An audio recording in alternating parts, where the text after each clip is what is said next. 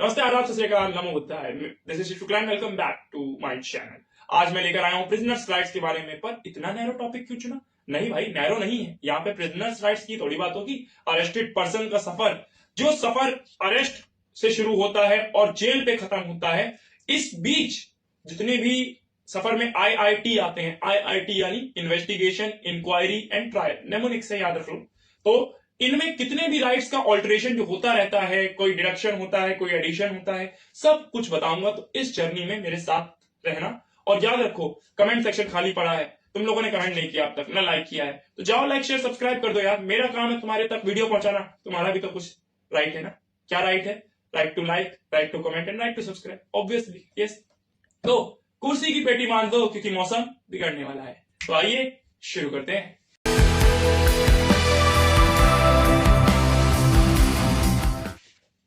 Yes, तो basically हम आज इस पूरे प्रोसेस को समझेंगे एक केस के जरिए। तो इस केस को ध्यान से पढ़ना और याद रखना, इस वीडियो को स्किप नहीं कर सकते। वीडियो को स्किप अगर तुमने कर दिया तो लास्ट में जो मैं 5 टर्मिनोलॉजीज बताने वाला हूं वो तुम कैसे सुनोगे? क्या नहीं पता ये चीज? अरे बताने वाला हूं भाई, 3 तो तुम्हें पता भी नहीं होंगे होते क्या है।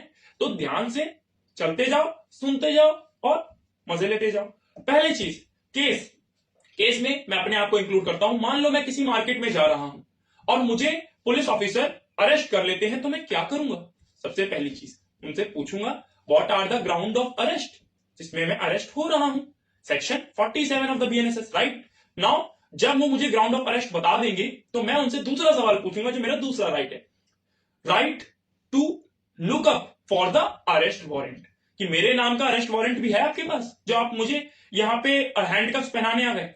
तो जब वो मुझे अरेस्ट वारंट दिखाएंगे तो वो मेरा दूसरा राइट हो जाएगा। अब तीसरा राइट जो मेरा होगा, मान लो वो आए, अब उनके पास 2 लायबिलिटीज होती हैं, 2 ड्यूटीज होती हैं, वो भी पैरेलली समझते चलो। सबसे पहली चीज, that officer should be a designated police officer as per section 38 of the BNSS। ठीक है भैया, समझ गए है ना। आगे चलो, सेक्शन 37 ऑफ द BNSS तो डेजिग्नेटेड पुलिस ऑफिसर की बात करता है। अब इसके बाद जो चीज आती है वो आती है सेक्शन 36। उल्टा क्यों चल रहे हो? अरे जो प्रायोरिटी है वो पहले बता रहा हूं, उसके बाद सब चीजें बताऊंगा। सेक्शन 36 में मैं तुम्हें बताता हूं, सबसे पहली चीज, एक क्लियर आइडेंटिटी होनी चाहिए पुलिस वाले के पास कि हाँ ये इतने स्टार की पुलिस है, इसके पास ये है, he is at this position, he is a competent police, simple competent, yes obviously. उसके बाद दूसरी चीज, उसके पास एक मेमो ऑफ अरेस्ट होना चाहिए, जो कि एटलीस्ट साइन हो by any one witness of the member of family of the arrested person. बहुत कॉम्प्लिकेटेड है क्या ये? अरे सिंपल, मैं अरेस्टेड पर्सन हूं तो मेरी फैमिली का कोई भी एक बंदा उस मेमो ऑफ अरेस्ट को अटेस्ट करे, यानी कि साइन करे और उसको विटनेस करे, ये सबसे जरूरी। अब मेरा तीसरा राइट जो अराइज होगा एज एन अरेस्टेड पर्सन, वो क्या होगा? मेरा तीसरा राइट जो अराइज होगा वो होगा, सर मैं बोलूंगा, सर क्या आप मेरे फैमिली में इन्फॉर्म कर सकते हैं ये चीज कि मैं अरेस्ट हो रहा हूं, क्योंकि मैं मार्केट में आया हूं। ऑब्वियस बात है, to right to inform to the basically guardians, parents और the relatives of the arrested person. 3 rights हो गए अरेस्टेड पर्सन में। ये तब है जब तुम पुलिस स्टेशन में नहीं हो, जब तुम अरेस्ट हो रहे हो तब। अब मान लो तुम्हें पुलिस में ले जाया गया है ना, अब वहां पे तुमसे क्या करेंगे बोलो? तुमसे पूछताछ करेंगे, ऑब्वियस सी बात है कि क्या है, कैसे है, क्या है, कैसे। वहां पे एक राइट और अराइज होता है जो आर्टिकल 20 क्लॉज 3 में दिया है इंडियन कॉन्स्टिट्यूशन। क्या? Right to be silent. ये राइट टू बी साइलेंट क्या है? ऑब्वियस सी बात, चुप रहना। अगर वो तुमसे सवाल पूछे तुम चुप रहो, सवाल पूछे चुप रहो। बट ये चीज क्यों करी जाती है? ताकि आप सेल्फ इंक्रिमिनेशन से बच सको। लेकिन इसका एक एक्सेप्शन है। अब वो एक्सेप्शन क्या है? एक्सेप्शन ये है कि BNSS के सेक्शन में एक चीज लिखी है कि अगर आपने नाम, पता या फिर एड्रेस या फिर ऐसी कोई बेसिक इंफॉर्मेशन नहीं बताई या गलत बता दी तो आपको अरेस्ट कर लिया जाएगा। ठीक है, तो यार साइलेंट की लिमिटेशन भी है, आप हर चीज पे साइलेंट नहीं रह सकते, इसकी ये सबसे बड़ी लिमिटेशन याद रखना। ठीक है, चलो ये हो गया केस। अब भैया आगे कैसे चलते हैं? तो आगे बताता हूं। अब जब उन्होंने तुमको पुलिस स्टेशन में बुला लिया, अब वो तुम्हें क्या करेंगे? अब तुम्हें ऑब्वियस सी बात है थोड़ी देर कस्टडी में रखेंगे, उसके बाद पुलिस के पास ले जाएंगे, है ना। ओ सॉरी, मजिस्ट्रेट के पास ले जाएंगे, माय बैड, सॉरी। मजिस्ट्रेट के पास से तुम्हें ले गए। अब वो मजिस्ट्रेट के पास ले जाने तक का जो सफर होता है वो एक और राइट को जन्म देता है। कौन सा? राइट टू ट्रैवल और राइट टू बी, मतलब बेसिकली ऐसा राइट जो आपको प्रेजेंट करना है मजिस्ट्रेट के सामने 24 घंटे के अंदर अंदर, जिसमें से टाइम, जो ट्रैवल टाइम होता है वो एक्सक्लूड कर दिया जाता है। ये एक और राइट होता है अरेस्टेड पर्सन का, या फिर कहते हैं duty of police officer. Okay done, good. अब मान लो ये चीज हो गई। अब तुम जब जज के सामने जा रहे हो, है ना, मतलब मैं अगर जज के सामने जा रहा हूं, अरेस्टेड पर्सन जज के सामने जा रहा है, तो अब वो क्या करेगा?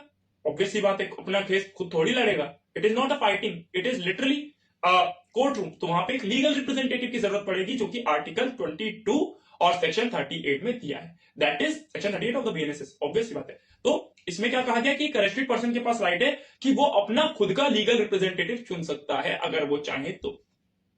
कितने राइट्स हो गए अभी हमारे पास? ऑब्वियसली बात है 5 राइट्स हो गए, 5 राइट्स। ये तो अभी तब है जब हम लोग जेल में नहीं पहुंचे, अभी तो ये अरेस्टेड पर्सन ही चल रहा है। चलो ये तो हो गया अरेस्टेड पर्सन एक तरफ, राइट। अब मान लो तुमको सजा सुना दी गई और तुम एक बेसिकली प्रिजनर बन गए, हो गया, समझ में आया? प्रिजनर बन गए। अब प्रिजनर में क्या राइट है? सबसे पहला राइट 21 आर्टिकल, ऑब्वियसली बात है तुमको। अब वो आर्टिकल 21 बहुत वेग है, तो उसमें 2-3 चीजें हैं। पहला, तुमको एक न्यूट्रिशनल फूड मिलेगा, ठीक है, न्यूट्रिशनल फूड प्रिजनर को प्रोवाइड किया जाए, पहला चीज। दूसरी चीज, उसको प्रॉपर स्लीप दी जाए, ऑब्वियसली बात है। दूसरी, तीसरी चीज, अगर प्रिजनर को नहीं पता उसके राइट्स, तो प्रिजनर के पास ये अधिकार है कि वो पुलिस ऑफिसर से उसके राइट्स के बारे में इंक्वायरी कर सकता है, right to inquire about his own rights. चौथा, अगर प्रिजनर को कोई किताब पढ़ने का मन है तो वो किताब भी पढ़ सकता है अपील डाल के। अब लेकिन प्रॉब्लम क्या है, किताब सारी नहीं पढ़ी जा सकती, कुछ किताबें ऐसी होती हैं जो नहीं दी जाती। There are certain books which can be granted to them, right. पांचवी और सबसे महत्वपूर्ण चीज, वो अपने परिवारजनों से भी मिल सकता है, राइट। इतनी चीज समझ में आई? Great job. अगर समझ में आई तो थम्स अप, लाइक का बटन जरूर दबा देना यार। अब इतनी चीज तो तुम समझ गए यार। आर्टिकल 21 उसमें एक चीज कहता है कि उस प्रिजनर के पास एक राइट है कि वो डिग्निटी से रहे। डिग्निटी डजंट मीन लग्जरी, कि हाँ लग्जरियस में रहे, नहीं। डिग्निटी मतलब अपनी खुद की सेल्फ रिस्पेक्ट, है ना। उसको टॉर्चर नहीं किया जाए, उसको चीजों के साथ बेसिकली घुल मिल के फ्रेंडली वे में रहा जाए, ऐसा मानते हैं, क्योंकि वो भी एक इंसान ही है। A prisoner is always a human being, nothing else. तो वो भी एक ऑर्डिनरी मैन ही है, दो उसको ऑर्डिनरी मैन जैसे सारे राइट्स नहीं मिल सकते, बस हाँ राइट्स मिल सकते हैं। This is more important, right. तो ये हो गया चीजें। अब इसी में एक केस आया था जो मैं अगर तुम लोगों को बताऊं, चलो देखो तुम्हारी स्क्रीन के सामने आ रहा होगा। इस केस का नाम था Sunil Batra versus state of Delhi administration, ठीक है। सुनील बत्रा का ही केस था। अब इस सुनील बत्रा के केस में क्या हुआ था, उसमें जज ने एक चीज कही थी कि जो प्रिजनर की लिविंग कंडीशन है वो प्रॉपर होनी चाहिए। और हाँ एक चीज और, प्रिजनर का जो बेसिकली राइट है वो उससे कोई नहीं छीन सकता। क्यों नहीं छीन सकता? ऑब्वियसली बात है, किसी का राइट कोई छीन सकता है क्या? नहीं ना। लेकिन कोर्ट का ऑर्डर अगर आ गया कि हाँ ये राइट छीनना चाहिए, तो हाँ छीन सकते हैं, फिर ऑब्वियसली बात है। एक चीज और, इमरजेंसी के समय में तुम्हें पता है प्रिजनर के राइट को छीन लिया जाता है, लेकिन आर्टिकल 21 तब भी नहीं छीना जाता। इसके लिए एक तुम जानते हो ना एक फ्रेमवर्क बना है यूडीएचआर, नहीं जानते? UDHR, universal declaration of human rights, उसी से तो चीजें ली गई हैं। नहीं जानते थे? जानते थे कि नहीं? कमेंट में जरूर बताना कि तुम इसके बारे में जानते थे, यूडीएचआर के बारे में कि नहीं, और कब स्टैब्लिश हुआ ये भी बता देना जरा, ठीक है।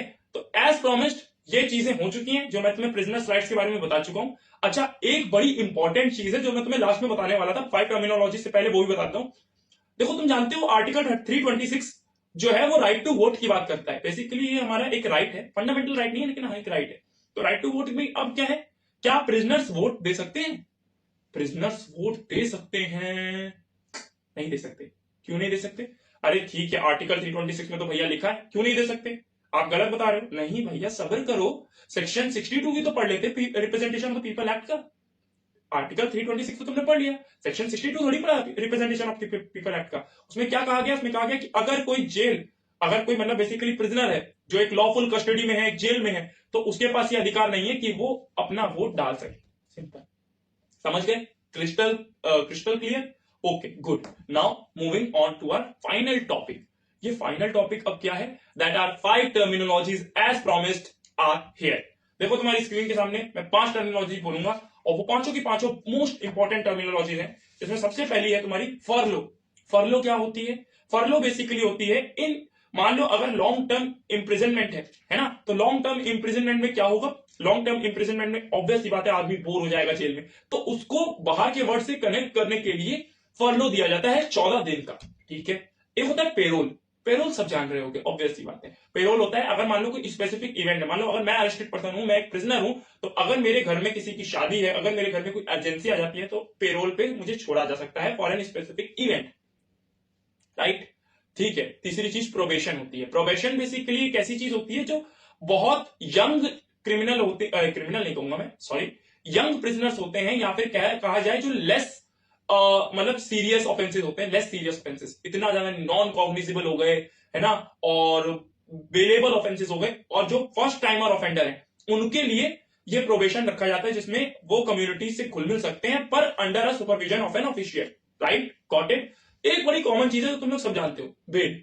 अगर कोई जज सेटिस्फाइड है कि यहां से छोड़ा जा सकता है तो उसे बेल पे छोड़ दिया जाता है। बेल पे छोड़ने का प्रोसेस क्या होता है? एक बेल बॉन्ड साइन करना होता है। एक बेल बॉन्ड में श्योरिटी होती है। श्योरिटी बेसिकली क्या करती है? पहले तो अरेस्ट वारंट में नंबर ऑफ श्योरिटीज लिखी रहती है, ठीक है। अगर तुम उस श्योरिटी को मीटअप कर जाते हो और उसके साइन ले आते हो, अमाउंट दे देते हो, तो तुमको बेल पे छोड़ा जा सकता है। इसी बेल में एक बेल होती है एंटीसिपेटरी बेल, जो मैं फाइल तब कर सकता हूं अगर मेरे को पुलिस, मुझे ऐसा लग रहा है कि मुझे पुलिस अरेस्ट कर सकती है, तो मैं एक एंटीसिपेटरी बेल फाइल कर सकता हूं एंटीसिपेट करने के लिए। राइट। लास्ट होता है तुम्हारा डिटेंशन। डिटेंशन होता है बेसिकली जब तुम्हें कस्टडी में लिया जाता है, हिरासत में लिया जाता है ना। जैसे ऑब्वियस सी बात है, बहुत लोगों को हिरासत में लिया जाता है, लॉफुल कस्टडी में लिया जाता है। That doesn't mean that you are in a prison or you are in something, right? Just for inquiry purpose that can be done. A custody can be done without an arrest, right? ठीक है। अब क्योंकि हम we are at our end of the video, तो अब मैं आप लोगों को बताना चाहूंगा नेक्स्ट टॉपिक क्या बने। बांग्लादेश, मैं जानता हूं बांग्लादेश इस तरह, बांग्लादेश की माइनॉरिटी बहुत ज्यादा फेस कर रही है, तो क्या मैं उस पर वीडियो बनाऊं या डीप फेक्स पे बनाऊं या किस पे बनाऊं? तुम लोग बताओ यार कमेंट में, जल्दी बताओ। I am waiting, just by.